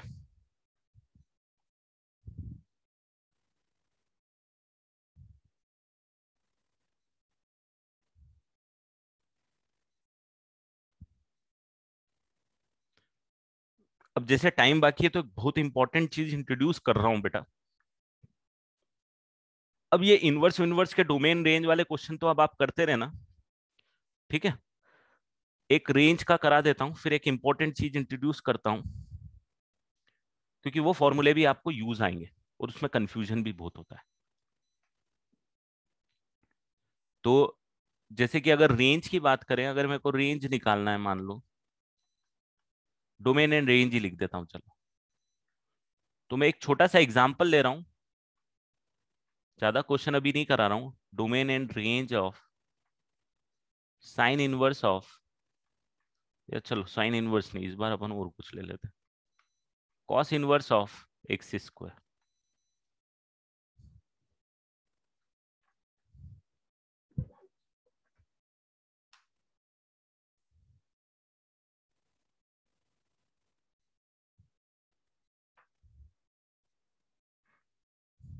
तो आप क्या बोलोगे, आप बोलोगे कि एक्स स्क्वायर जो है ना sir, should belong between -1 to +1 होना चाहिए, यही होना चाहिए। फिर आप बोलोगे सर एक्स स्क्वायर तो बेचारा पॉजिटिव ही होता है, एक्स स्क्वायर ऑल और आपके पास 0 से लेके 1 के बीच में ही होना चाहिए। और एक्स स्क्वायर 0 से 1 के बीच में, तो एक्स कहां से कहां तक होना चाहिए भाई। तो अगेन डोमेन आपके पास -1 to +1 ही आई, तो therefore domain is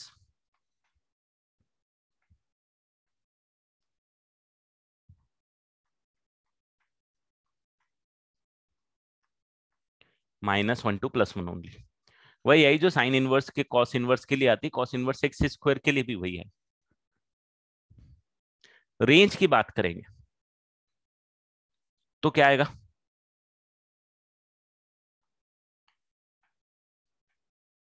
x square आपके पास 0 से लेके 1 तक आया है, तो कॉस इनवर्स एक्स स्क्वायर कहां से कहां तक आना चाहिए बेटा?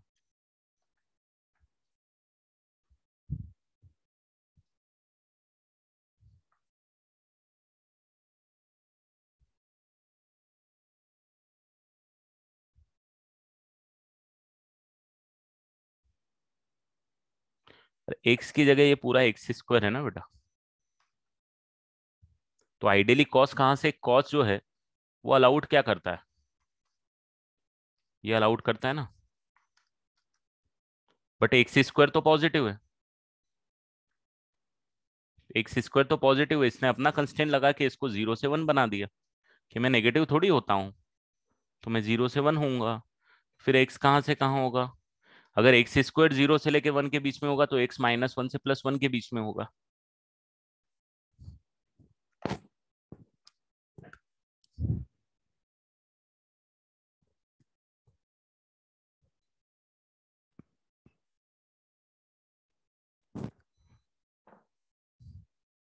अब यहाँ पे कॉस इनवर्स एक्स कहाँ से कहाँ तक होगा, तो 0 से लेके π/,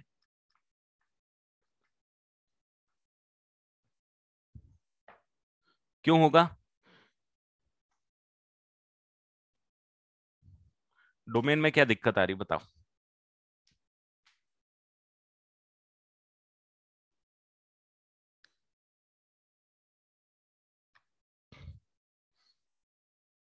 मैंने इनइक्वालिटी यूज नहीं करी, मैंने डायरेक्टली लिख दिया है। 0 से 1 बेटा एक्स स्क्वायर पॉजिटिव होता है ना हमेशा, तो मैं कैसे उसको -1 टू +1 रहने दूं? मैं तो उसको 0 से 1 लिख दूंगा ना। चलो मेरे को 2 मिनट देना आप लोग इसको।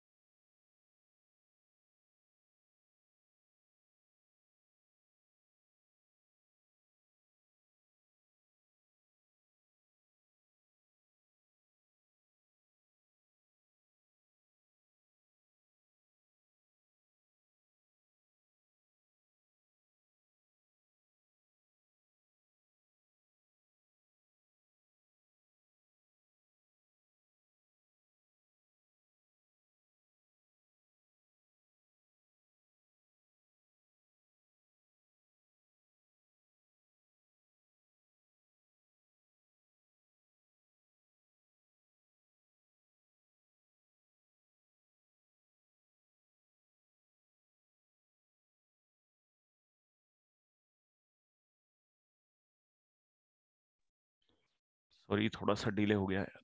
मुझे ये बताओ कि ये क्लियर हो गया सबको? Am I Audible?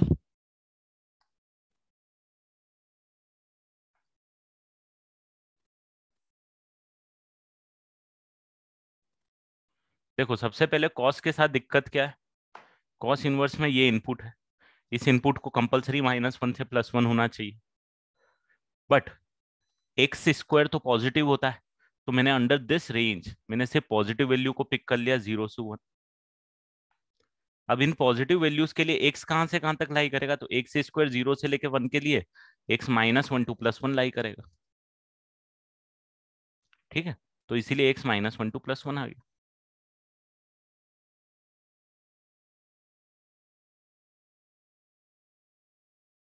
या फिर आप इसको ऐसे लिख दो, अगर आपको इसको ऐसे सॉल्व करना है, x square is less than equal to 1, greater than equal to 0 तो हमेशा होने ही वाला है।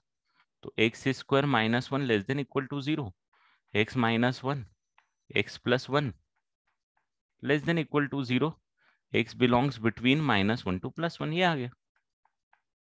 0 से बड़ा तो होने ही वाला है, तो उसमें कोई दिक्कत ही नहीं। ठीक है, अब रेंज की बात रही, तो रेंज में सबसे पहले ये एक्स स्क्वायर रोल प्ले कर रहा है, मतलब कॉस के लिए इनपुट कौन डाल रहा है? कॉस के लिए इनपुट एक्स स्क्वायर डाल रहा है, राइट? तो एक्स स्क्वायर की वैल्यू कहां से कहां तक है? 0 से लेके 1 के बीच में। अब जब एक्स स्क्वायर की वैल्यू 0 से 1 के बीच में, तो कॉस इनवर्स की वैल्यू कहां से कहां तक लाई करेगी, इसके बारे में अपन बात कर लेते हैं।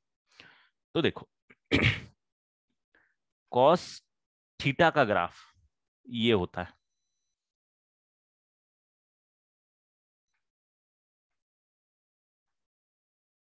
ये आ गया पाई, ये आ गया 0 -1, करेक्ट। अब आपको जब कॉस इनवर्स के लिए इनपुट चाहिए, तो आपको 0 से लेके 1 तक, तो मतलब 0 से लेके 1 तक के आउटपुट के लाने के लिए आपने एंगल कौन से पुट करे होंगे, जरा बताओ तो मेरे को। 0 से लेके 1 तक आउटपुट लाने के लिए क्या एंगल आपने यही पुट करे होंगे? यस और नो?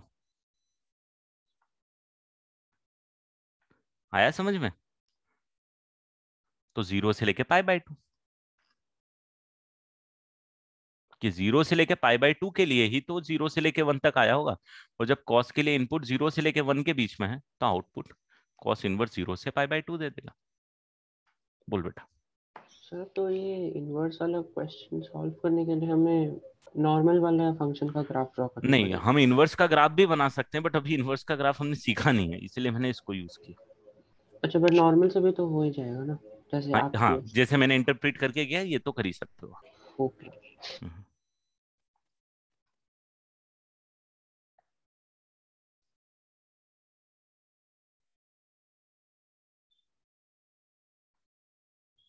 अब यही मान लो, अगर मैं आपको दे देता tan inverse of x square, domain and range.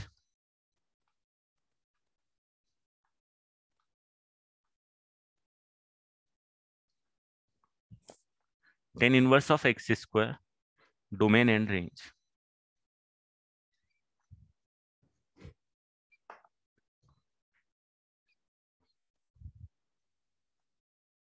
आप क्या बोलते? डोमेन तो ऐसे ही कंस्ट्रेन नहीं होता है sir. X square belong to R है, x also belongs to R, कुछ भी पुट करो कोई फर्क नहीं पड़ता, राइट? टेन इनवर्स को तो कोई फर्क ही नहीं पड़ता, क्योंकि टेन इनवर्स की जो डोमेन है, यहाँ पे आप कुछ भी पुट करो, -∞ टू +∞ सब चल जाता है। बट रेंज के लिए क्या करूंगा? तो रेंज के लिए मुझे ये पता है, कुछ भी बोलूंगा सर, एक्स स्क्वायर होगा तो पॉजिटिव ही। अब 10 का जो केस होता है, 10 का जो फॉर्मूला, जो ग्राफ होता है, वो ये होता है।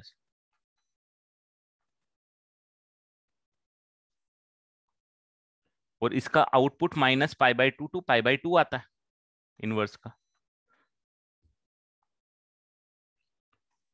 तो आप बोलोगे सर देखो मेरे को क्या चाहिए ना, मेरे को पॉजिटिव सारे आ रहे हैं यहाँ पे, पॉजिटिव ही लेना है मुझे, तो आउटपुट मेरे को पॉजिटिव चाहिए, तो उसके लिए इनपुट क्या आएगा सर? तो आप बोलोगे सर ये इनपुट आ जाएगा। है ना, जस्ट 10 का ऑपोजिट काम कर रहा है ना। मैं 10 की हेल्प से 10 इनवर्स का आंसर निकाला। तो जरा बता दो तो रेंज कितना आ जाएगा, 0 से लेके π/2। अगेन π/2 को इंक्लूड तो करना नहीं देता, 0 को इंक्लूड कर लो, क्योंकि ये पॉजिटिव और 0 के बराबर तो हो ही सकता, तो ये वाला पॉइंट हमको इंक्लूड तो करना पड़ेगा।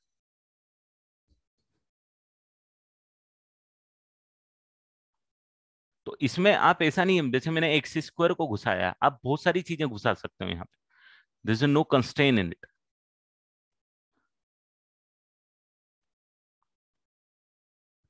अब जैसे एक और क्वेश्चन बताता हूं मैं आपको, इसी पे बता देता हूँ। कॉट इनवर्स लिख देते हैं अपन, cot inverse of log of x, domain and range.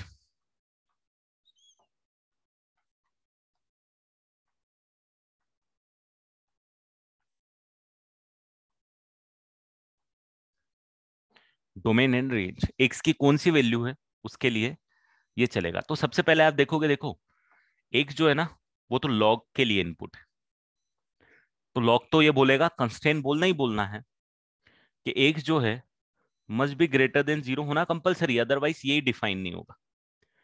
और लॉग एक्स जो है, अब कॉट के लिए इनपुट क्या होता है भैया, कॉट के लिए इनपुट तो यहाँ पे लॉग एक्स है, तो कॉट के लिए कॉट की डोमेन कितनी होती है बेटा, कॉट की डोमेन कितनी है, कॉट इनवर्स की डोमेन कितनी है। कॉट इनवर्स तो आप बोलोगे सर देखो, कॉट इनवर्स तो ऑल द रियल वैल्यू है sir। मतलब इसमें एक्स की जगह कुछ भी डाल दो, हमको कोई फर्क नहीं पड़ता। तो ये भी बोलेगा सर लॉग एक्स तो कुछ भी हो जाए कोई फर्क नहीं पड़ता, तो हमको कोई टेंशन नहीं है, हमारे लिए फिर फाइनल डोमेन सिर्फ यही बच जाए, x must be greater than 0, right. So your domain is x belongs to 0 to infinity. एक बार यहाँ पे वापस से आ जाएगा बेटा। अब आपको निकालना है रेंज। अब आप बोलोगे कि एक्स तो ये कंस्ट्रेंट है, लॉग एक्स कहां से कहां तक लाई करेगा भैया, जरा बताओ तो। लॉग एक्स कहां से कहां तक लाई करेगा, what is the range of log x. आपने यहाँ पे इनपुट किसके लिए डाला, एक्स डाला, एक्स इनपुट लेके लॉग ने कुछ आउटपुट दिया, वो जो आउटपुट आएगा वो कॉट के लिए इनपुट की तरह काम करेगा। तो मेरे को जरा बताओ कि लॉग एक्स कहां से कहां तक होता है, लॉग एक्स की रेंज आपको पता है, what is the range of log x.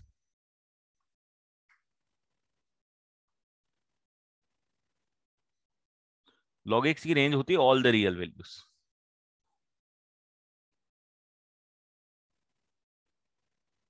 और यहां आप समझो भी, एक्स की सारी रियल वैल्यू से लॉग एक्स का ग्राफ आप देखो ये होता है।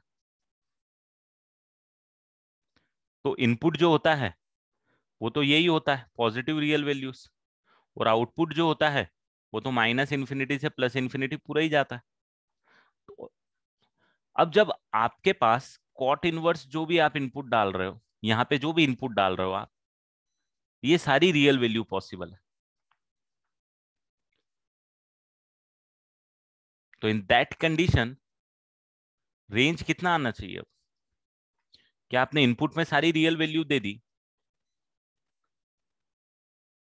जब आपने इनपुट में सारी रियल वैल्यू दे दी तो रेंज आपके पास यही आना चाहिए ना, 0 से लेके पाई के बीच में पूरी की पूरी। तो ये 0 से लेके पाई के बीच में आ जाएगी,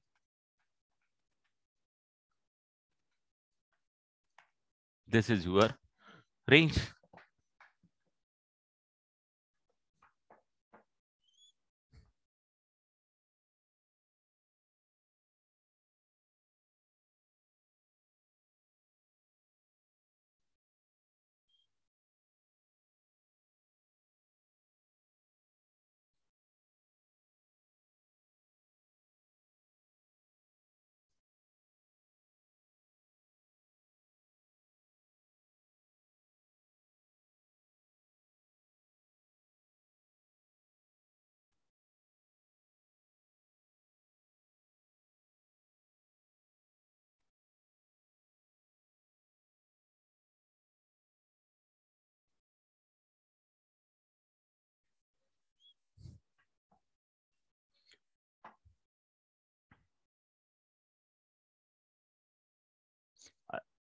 येलो के लिए आर इसीलिए लिखा है क्योंकि लॉग एक्स जो है यहाँ येलो के लिए, येलो की जगह तो लॉग एक्स लिखा हुआ है, यही है ना। ये खुद ऑल द रियल वैल्यूज लाई कर रहा है, तो ये भी ऑल द रियल वैल्यूज, इसलिए मैंने ऑल द रियल वैल्यूज लिख दिए। जब all the real values input दोगे इसको, तो आउटपुट आपको 0 से लेके पाई तक। देखो इसमें थोड़ा कॉन्फिडेंस आपको जब आएगा, जब वो डिटेल में मैं इसका ग्राफ पढ़ा दूंगा, बहुत सारी चीजें पढ़ा दूंगा। यहाँ एक बेसिक मैं बता दे रहा हूँ, जस्ट बेसिक एप्लीकेशन आपको बता दे रहा हूँ कि किस तरीके से अप्लाई हो सकता है। बोलो बेटा। सर वो आप टेबल से देख के बोल रहे हो ना कि if input is all real values output will be 0 to pi? हाँ बिल्कुल सही। ओके। और नहीं तो आप कॉट का ग्राफ देख लो, कॉट का ग्राफ अपन को पता है क्या होता है, और कॉट का आउटपुट भी हमको 0 to π पता है। कॉट का जो ग्राफ होता है वो ये होता है, ठीक है, ये ग्राफ होता है। अब जब आपको सारी रियल वैल्यूज की रिक्वायरमेंट है यहाँ पे,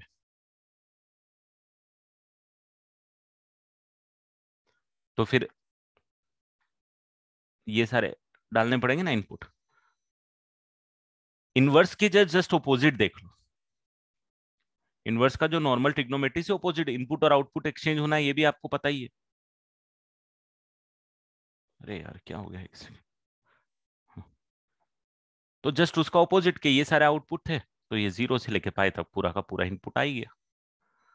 just you can give opposite thought of 10, कि भाई आउटपुट और इनपुट एक्सचेंज हो गए हैं।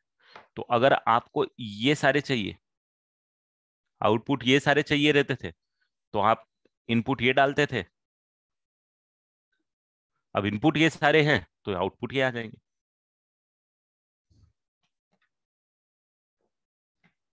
ठीक है। लास्ट स्लाइड ये रही।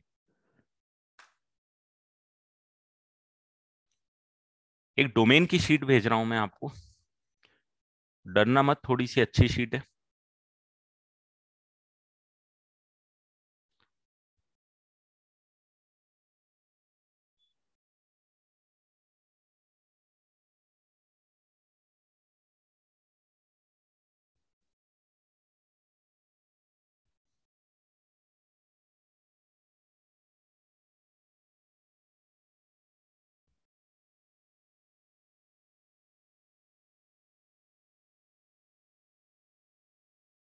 ठीक है, इसको सॉल्व करो, एक एक क्वेश्चन पे गौर करो। नहीं भी सीख रहे हो, नहीं हो रहे हैं, तो उसके सॉल्यूशन से सीखो।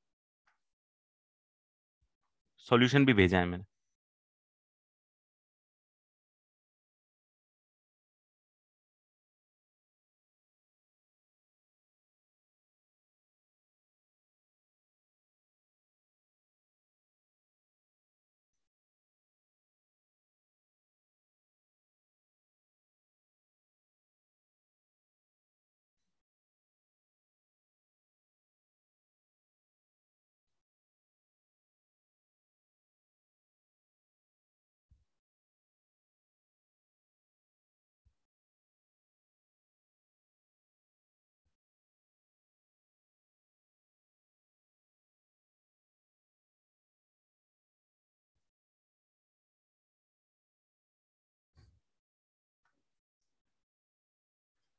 मैंने ग्रुप पे भेज दिया है।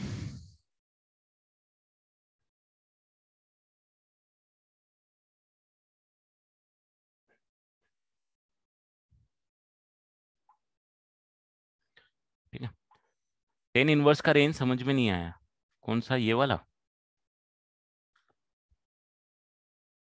ये वाला। भाई देख, तू इनपुट क्या आ रहा है, टेन इनवर्स के लिए इनपुट क्या आ रहा है, जरा बता मेरे को। टेन इनवर्स के लिए इनपुट क्या आ रहा है, आ रहा है क्या? हाँ, class over from my and, जिसको डाउट है वो पूछ लो। ये येलो में क्या आएगा? अरे रियल है तो सारे रियल आएंगे क्या? Minus infinity two plus infinity सारी वैल्यू पॉसिबल है क्या?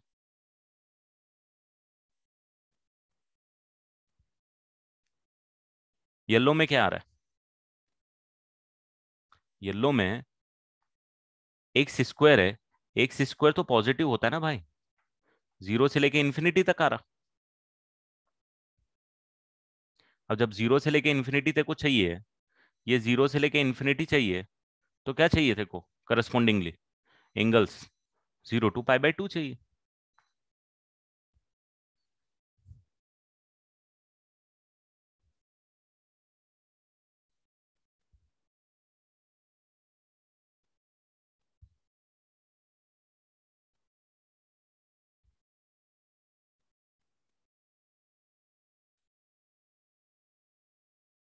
ठीक है, बोल बेटा। सर हम ऐसे लिखेंगे ना, tan theta equals x square, तो एक्स स्क्वायर लाइक आउटपुट हो गया, तो थीटा जो हमको राइट, चाहिए। ओके 0 to π/2 हो जाएगा, क्योंकि हमको ओके -π/2 to π/2 या आउटपुट चाहिए। सर, बट ग्राफ रिपीट भी हो सकता है ना। नहीं, बट हमको तो -π/2 to π/2 ही आउटपुट चाहिए ना। तो हाँ -π/2 to π/2 के बीच में कब हो रहा है, ये बस वही लिखना है हमको। सर, बट क्वेश्चन में हमने दिया नहीं ना minus pi to by but two. Tan inverse की रेंज तो हमको पता है ना, -π/2 to π/2 होने वाली है, हमको तो पता है ना ये। तभी बाइजेक्टिव फंक्शन बनेगा। हाँ, इसीलिए हमने तो डिफाइन ही किया इसको, ये जो डिफाइन किया बस यही है, इसी में हमका आपको आंसर चाहिए। अच्छा, तो नहीं तो जहाँ डिफाइन नहीं हो हाँ, पाएगा। नहीं तो वो बन नहीं पाएगा, इनवर्स इनवर्स ही नहीं होगा। तो अब इनवर्स नहीं होगा तो टेन इनवर्स की बातें नहीं कर पाएंगे। अच्छा ओके सर, अंडरस्टूड।